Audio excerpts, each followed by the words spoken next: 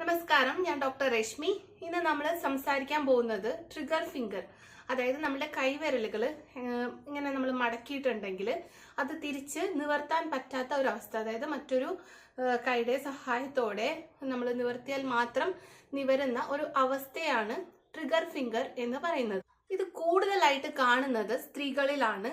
ഒരു 40 മുതൽ 60 വയസ്സ് പ്രായം ഉള്ള സ്ത്രീകളിലാണ് ഇത് കൂടുതലായിട്ട് കാണുന്നത്. വരാനുള്ള കാരണങ്ങൾ എന്തൊക്കെയാണെന്ന് വെച്ചിട്ടുണ്ടെങ്കിൽ, ഒരുപാട് എഴുതുന്നവർക്ക് അല്ലെങ്കിൽ ടൂൾസ് ഒക്കെ ഉപയോഗിച്ച് വർക്ക് ചെയ്യുന്നവർക്ക്, അതുപോലെ തന്നെ വെയിറ്റ് ലിഫ്റ്റ്, അധികം വെയിറ്റ് എടുത്തിട്ട് ഉള്ള ജോലികളൊക്കെ ചെയ്യുന്നവർക്ക്, അതുപോലെ തന്നെ നമ്മുടെ ഈ ടെൻഡോന്റെ അവിടെ എന്തെങ്കിലും ഇൻഫ്ലമേഷനോ നീർക്കെട്ടോ അങ്ങനെ എന്തെങ്കിലും ഉണ്ടെങ്കിലും നമുക്കിത് കാണാറുണ്ട്. അതുപോലെ തന്നെ മറ്റ് അസുഖങ്ങൾ, അതായത് റുമറ്റോയിഡ് ആർത്രൈറ്റിസ്, കഴുത്തിലുള്ള ഡിസ്കിന് എന്തെങ്കിലും പ്രോബ്ലം ഉണ്ടെങ്കിൽ, ഡയബറ്റീസ്, ഷുഗർ ഉള്ളവർക്ക്, തൈറോയിഡ് ഉള്ളവർക്ക്, അങ്ങനെയുള്ള പ്രശ്നങ്ങൾ ഉള്ളവർക്കും നമുക്ക് ഈ പ്രോബ്ലം കണ്ടുവരുന്നുണ്ട്.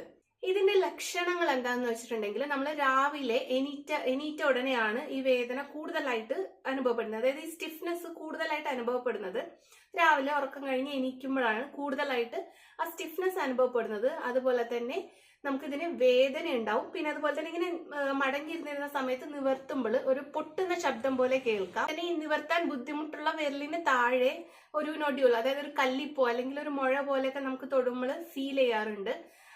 സിവിയർ കണ്ടീഷനിൽ ഭയങ്കര സ്റ്റിഫ്നെസ് ആയിരിക്കുള്ളൂ, ഒട്ടും നിവർത്താൻ തന്നെ ഭയങ്കര ബുദ്ധിമുട്ടുള്ള ഒരു കണ്ടീഷനിൽ വരെ നമുക്ക് എത്താറുണ്ട്. അങ്ങനെയുള്ള കണ്ടീഷനിലൊക്കെ സർജറി ചെയ്യുന്നത് തന്നെയാണ് അതിന്റെ ഒരു ബെറ്റർ ഓപ്ഷൻ എന്ന് പറയുന്നത്. ഇതിന്റെ ട്രീറ്റ്മെന്റ് എന്ന് പറഞ്ഞിട്ടുണ്ടെങ്കിൽ, ഫസ്റ്റ് തന്നെ നമ്മൾ റെസ്റ്റ് എടുക്കണം. ആ കൈക്ക് ബുദ്ധിമുട്ടുള്ള വിരലുകൾക്ക് റെസ്റ്റ് കൊടുക്കാൻ ശ്രദ്ധിക്കുക.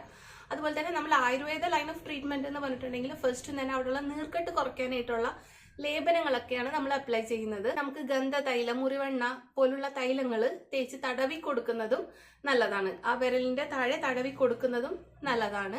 പിന്നെ നമ്മൾ ചൂടൊക്കെ കൊടുത്തുള്ള ചികിത്സകൾ ചെയ്യുമ്പോൾ തന്നെ അവിടെയുള്ള ഇൻഫ്ലമേഷൻ എല്ലാം കുറഞ്ഞ് നല്ല രീതിയിൽ മൂവ്മെന്റ്സ് ഒക്കെ കിട്ടുന്നതാണ്. പിന്നെ നമ്മൾ പ്രത്യേകം ശ്രദ്ധിക്കേണ്ട എന്താണെന്ന് വെച്ചിട്ടുണ്ടെങ്കിൽ, ഏത് അസുഖം കൊണ്ടാണോ ഈ ഒരു ബുദ്ധിമുട്ട്, ഞാൻ നേരത്തെ പറഞ്ഞ ആർത്രൈറ്റിസോ ഡയബറ്റീസോ അല്ലെങ്കിൽ കഴുത്തിലെ ഡിസ്കിന്റെ പ്രോബ്ലമോ എന്തുകൊണ്ടാണ് എന്ന് നോക്കിയിട്ട് അതിന് വേണ്ട ട്രീറ്റ്മെന്റ്, തൈറോയിഡ് കൊണ്ടോ അങ്ങനെ എന്തുകൊണ്ടാണെന്നുള്ളത് നോക്കിയിട്ട് അതിനുള്ള ട്രീറ്റ്മെന്റ് നമ്മൾ ഉടനെ തന്നെ ഇതിന്റെ ഒപ്പം തന്നെ സ്റ്റാർട്ട് ചെയ്യണം. അതിന് വേണ്ട പല എക്സസൈസുകളുണ്ട്. അപ്പൊ നമുക്ക് കുറച്ച് എക്സസൈസുകൾ എന്തൊക്കെയാണ് കൈക്ക് ചെയ്യാൻ പറ്റുന്നത് എന്നുള്ളത് നോക്കാം. ആദ്യം തന്നെ നമ്മൾ കൈകള് ചുരുട്ട നിവർത്ത ഇങ്ങനെ ഒരു 10 പ്രാവശ്യം നമ്മൾ ചെയ്യാം. ഈ ഒരു എക്സസൈസ് ചെയ്യാം. അത് നമുക്ക് ദിവസത്തിൽ ഒരു 3 or 4 തവണയൊക്കെ ചെയ്യാം. ഡെയിലി 10 തവണ വെച്ചിട്ട് ചെയ്യാം എല്ലാ എക്സസൈസുകളും. അതുപോലെ തന്നെ ഇത് ഒരു എക്സസൈസ്. പിന്നെ ചെയ്യാൻ പറ്റുന്ന എക്സസൈസ്, കൈകൾ ഇങ്ങനെ മടക്കാം, നിവർത്താം, അതുപോലെ എല്ലാ വിരലുകളും നിവർത്താം. അങ്ങനത്തെ ഒരു എക്സസൈസ് ചെയ്യാം. അതും ഇതേപോലെ തന്നെ 10 തവണ. എക്സസൈസ് നമ്മൾ വിരലുകൾ മൂവ് ചെയ്യുക, എല്ലാ വിരലുകളും ഈ തള്ളവിരലിൽ തൊട്ട് മേലേന്ന് താഴോട്ട്, അങ്ങനത്തെ രീതിയിൽ എക്സസൈസ് ചെയ്യാം. ഇതും 10 തവണ തന്നെ ചെയ്യാം. അടുത്ത എക്സസൈസ് ആണ് നമ്മൾ സ്പ്രെഡ് ചെയ്യുക, കൂട്ടിച്ചേർക്കുക. അത്യാവശ്യം ബലത്തിൽ ഇങ്ങനെ ഇത് ചെയ്യാം. ഇത്രയും എക്സസൈസുകൾ നമ്മൾ ഡെയിലി 10 തവണ വെച്ചിട്ട്, ഒരു സെറ്റിൽ 10 തവണ, അങ്ങനെ ഒരു 3 or 4 തവണ നമുക്ക് ചെയ്യാവുന്നതാണ്. ഇതെല്ലാം ചെയ്യുമ്പോൾ തന്നെ ഒരു പരിധി വരെയുള്ള പ്രശ്നങ്ങൾ കുറഞ്ഞു കാണാറുണ്ട്. അപ്പോൾ ഇനി നമ്മൾ ഒരു കിഴികൾ ഉണ്ടാക്കുന്നുണ്ട്. ഇത് ചെയ്തിട്ടും കുറയാത്തവർക്ക് കിഴികൾ വേണമെങ്കിൽ നമ്മളെ കോണ്ടാക്ട് ചെയ്യണമെങ്കിൽ നമ്മൾ ആ കിഴികൾ ഉണ്ടാക്കിയിട്ട് നിങ്ങൾക്ക് കൊറിയർ ചെയ്യുന്നതാണ്. അപ്പോൾ ആ കിഴി ഉപയോഗിച്ചിട്ട് എങ്ങനെയാണ് ട്രീറ്റ്മെന്റ് എന്നുള്ളത് നമ്മൾ പറഞ്ഞു തരും. അപ്പോൾ നമ്മൾ എത്താൻ പറ്റുന്ന ആൾക്കാരാണെങ്കിൽ നമ്മളുടെ ക്ലിനിക്കിലോട്ട് വരാം. കാസർഗോഡ്, പിന്നെ പുത്തൂര്, കർണാടക പുത്തൂര്, പിന്നെ കിനിങ്ങാറ്, അങ്ങനെ 3 സ്ഥലത്താണ് നമ്മുടെ ക്ലിനിക്ക് ഉള്ളത്. അവിടെ വന്ന് നമ്മുടെ ട്രീറ്റ്മെന്റ് എടുക്കാൻ പറ്റുന്നവർക്കാണെങ്കിൽ അവിടെ വന്ന് ട്രീറ്റ്മെന്റ് എടുക്കാം. അതല്ല ദൂര സ്ഥലത്താണ് വന്ന് പോകാൻ ബുദ്ധിമുട്ടുള്ളവർക്കാണെങ്കിൽ നമ്മൾ കിഴി കെട്ടിയിട്ട് അത് കൊറിയർ ചെയ്ത് കൊടുക്കുന്നുണ്ട്. അത് ഡെമോൺസ്ട്രേഷനും ഉണ്ട്, എങ്ങനെയാണ് ചെയ്യേണ്ടതെന്നുള്ളൊരു ഡെമോൺസ്ട്രേഷനും കൂടി കൊടുക്കും.